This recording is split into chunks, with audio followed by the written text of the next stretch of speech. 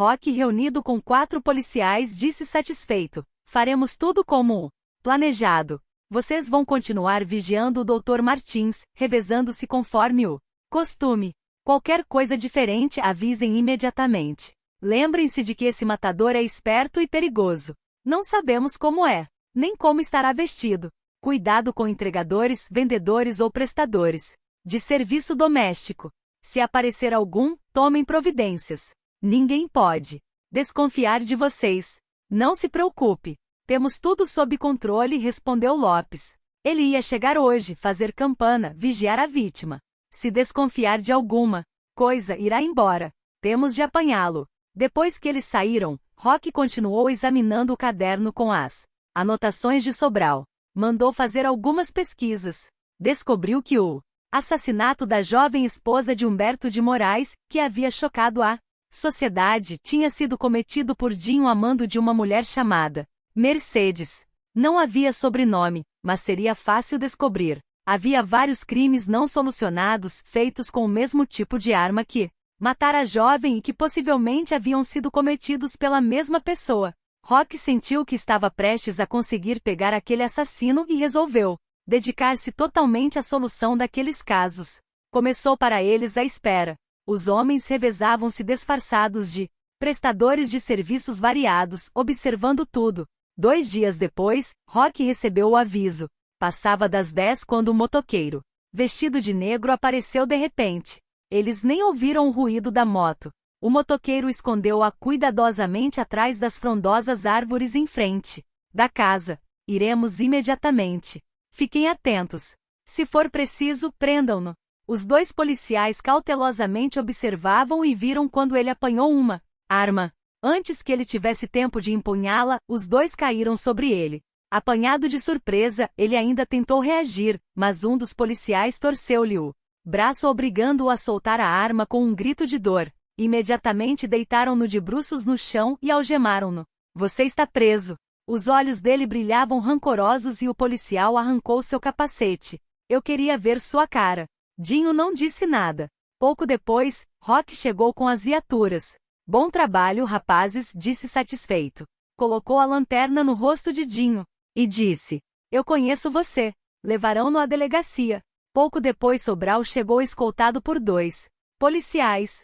Vendo Rock, disse indignado: isto é uma arbitrariedade. Vocês me conhecem. Estou do lado da lei. Tenho ajudado a polícia. Você está preso, Sobral. Sob que acusação? Chantagem, extorsão e assassinato. Sobral empalideceu. Ninguém pode provar nada contra mim. Rock levou-o à sala onde Dinho estava sendo fotografado. Vendo-o, Sobral sentiu-se mal, gritou assustado: esse homem é um mentiroso. Não acreditem em nada do que ele lhes disse. E um matador, há mais de 20 anos, foi preso por assassinato e conseguiu fugir. Vocês não vão acreditar mais nele do que em mim. Rock interveio. Bem me pareceu que ele era conhecido. Fique sabendo que ele ainda não foi interrogado. Não disse nada. Sobral estremeceu. Dinho, que ouvirá as acusações, olhou-o cheio de ódio. Rock mandou Sobral para outra sala, onde iria fazer o interrogatório. Pouco depois chegou Alberto. Ele fora conduzido à delegacia pensando que seu plano de prender os outros 2 tinha dado certo. Entrou na sala de Rock sorridente. Soube que o senhor conseguiu prender aqueles assassinos. Sabia que podia confiar na polícia. O que você não sabia é que a polícia não se deixa usar por malfeitores. O que quer dizer? Você está preso por assassinato. Não adianta negar. Sabemos de tudo. Você usou esse matador para liquidar o amante de sua mulher. Aliás, descobri que, pouco tempo depois, ela morreu em um acidente de carro. Isso despertou minhas suspeitas. Vamos reabrir esse caso. Alberto ouvia aterrorizado e não encontrou palavras para responder. Quero falar com meu advogado. Depois. Primeiro temos muito que conversar. Rock fez um trabalho completo. Reabriu vários casos não resolvidos, inclusive o acidente que vitimou Eli, a morte de Jairo de Mirtes. Rock conversou com o delegado que havia aberto inquérito sobre o assassinato de Mirtes e logo descobriu quem era Mercedes. Ela ainda se encontrava internada na clínica. Vendo-se desmascarada, não fazia outra coisa senão chorar. O psiquiatra recebeu a visita da polícia e, assustado, descobriu que a culpa de Mercedes era real. Não fez nenhuma objeção a que a levassem. O delegado Marques, que cuidara das investigações sobre o caso de Mirtes, foi, pessoalmente, conversar com Humberto. Encontrou-o no escritório da empresa. Ele havia se mudado para a mansão da família e voltará para a firma tentando ocupar-se. Os filhos, depois que ele os procurara mostrando quanto os amava, haviam-se unido mais a ele. Apesar da tristeza e da saudade que ainda o incomodavam, Humberto estava mais disposto. A companhia e o amor dos filhos faziam-lhe muito bem. Ele continuará freque. Renato levantou-se e abraçou o pai, dizendo: "Você é muito bom, muito honesto. Incapaz de imaginar uma maldade dessas." As lágrimas corriam pelo rosto de Humberto. "Eu nunca iria imaginar. Sou culpado pela morte de Mirtes. Você não tem culpa da maldade de Mercedes. Não se deixe envolver por esse pensamento. Ninguém poderia imaginar o que aconteceu", finalizou e ansioso por mudar de assunto, declarou: "Pai, hoje Antônia me procurou e nos entendemos. Vamos nos casar." Humberto olhou-o e sorriu. "E uma boa moça. Tenho certeza de que serão felizes. Você vai se admirar, mas a vida às vezes nos prepara uma surpresa. Ela frequenta aquele centro espírita em que você vai. Nunca a vi por lá." Ela já o viu, mas não quis abordá-lo para não incomodar. "Ela me convidou para ir lá esta noite. Quero que nos acompanhe. Hoje não é meu dia de ir. Depois do que soube, será bom comparecer. Sempre que vai lá, volta calmo. Bem disposto." "Está bem. Irei." No horário combinado, eles foram ao centro. Exaltina recebeu-os com o carinho de sempre. Abraçou Renato, dizendo contente: há tempos esperava que viesse. Agora só falta Mauro. Ele virá, garantiu Humberto. De tanto nos ouvir falar desta casa abençoada, tem demonstrado vontade de vir. Eles entraram. Após ouvirem a palestra, tomaram passe e foram despedir-se de Exaltina. Ela segurou entre as suas a mão de Humberto. "O senhor está cada dia melhor. Seu filho encontrou a companheira que o fará muito feliz. Logo mais haverá netos alegrando seu coração e sua casa. De fato, meus filhos têm me ajudado muito. Não imaginava que isso fosse possível. Mas, embora eles me cerquem de cuidados e atenções e os amigos me visitem, a morte de minha querida Mirtes ainda dói. Tenho me esforçado para não pensar nela com tristeza, mas nem sempre consigo." Antônia e Renato estavam conversando com alguns conhecidos de Exaltina. Esta, vendo-os afastar-se, confidenciou: "Tenho boas notícias a respeito de Mirtes." Humberto estremeceu e seus olhos brilharam emotivos. Exaltina continuou: "Nos primeiros tempos ela estava revoltada e inconformada, com raiva. Só pensava em descobrir seus assassinos e vingar-se. Mas felizmente nossos amigos espirituais intercederam por ela e conseguiram que fosse recolhida em um posto de socorro. Recebeu tratamento, recordou-se de outras vidas, descobriu por que precisou passar por aquela tragédia. Agora está muito melhor. A senhora fala como se Mirtes tivesse feito uma viagem. Mas ela morreu. Mesmo que esteja viva em outro lugar, é apenas espírito. Não entendo como pode haver posto de socorro, tratamentos. É difícil acreditar. O senhor precisa ler a respeito.